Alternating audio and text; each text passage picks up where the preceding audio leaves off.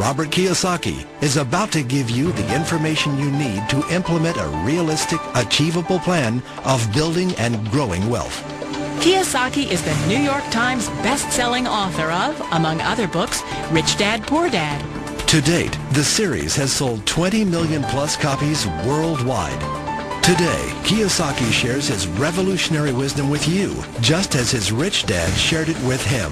The story of Rich Dad, Poor Dad is really a story of two different fathers with two different sets of values and completely different sets of advice. So I don't mean to insult anybody or, to damage your values, but really that was the difference.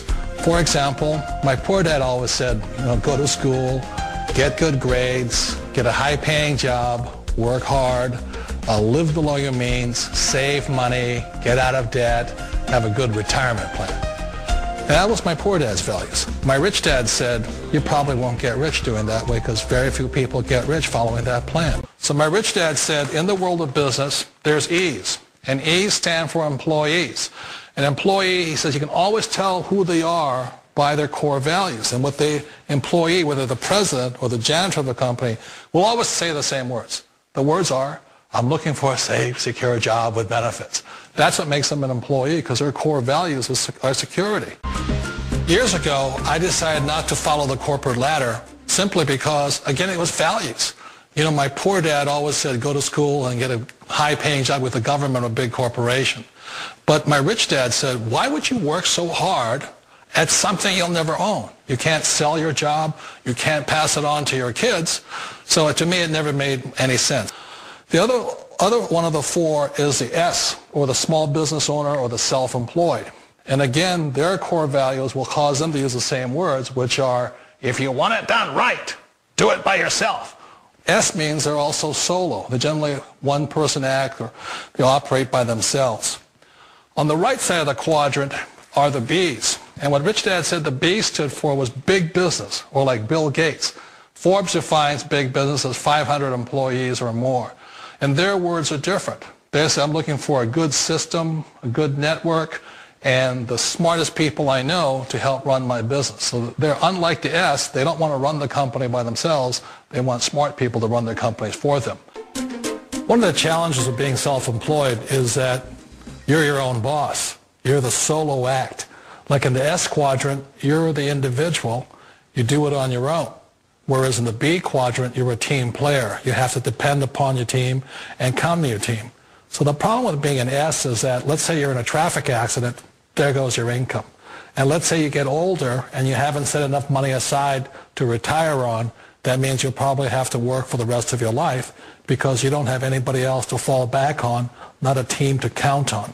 So one of the problems with the S, although most people say it's the most satisfying of all work, it is a solo act, and you're totally on your own. Personally, I'd rather be a member of a team. They can count on me and I can count on them. And then the fourth of the quadrant is the I, and I stands for investor. These are people who have money work hard for them. These people are people who have people work hard for them. And these are the people that work hard for the rich here. So early on in my life, it was my poor dad who always said to me, Robert, go to school and get a high-paying job. And so my poor dad's core value was to be an employee. He wanted job security, promotions, a steady paycheck, and all this.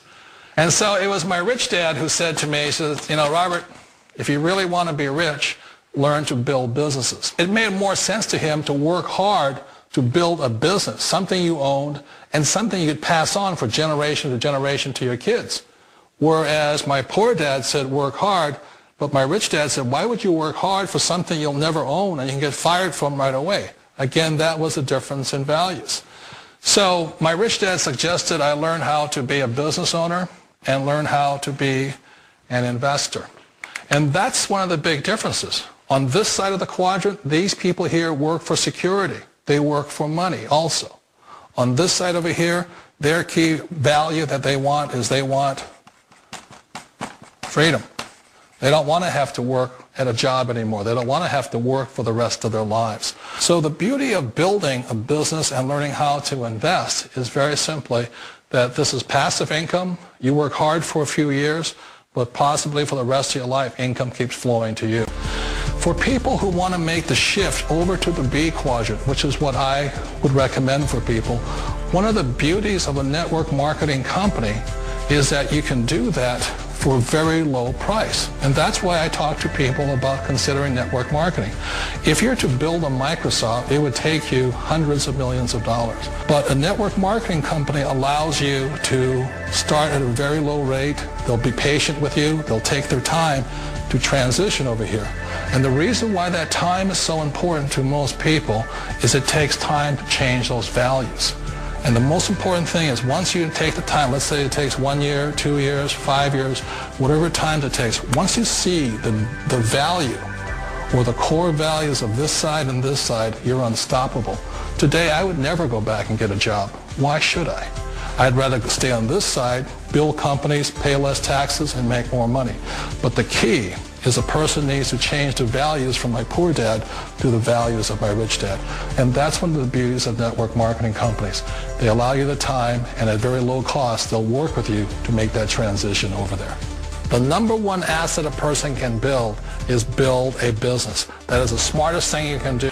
And I think that's one of the things that a direct selling business offers people, why it's the perfect business. They allow you to take your time to make the mental, emotional, and physical changes required to move from the left side to the rich dad side.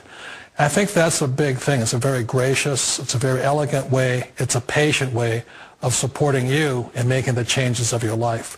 So please remember, change always creates upset, but sometimes we all know we have to make those changes.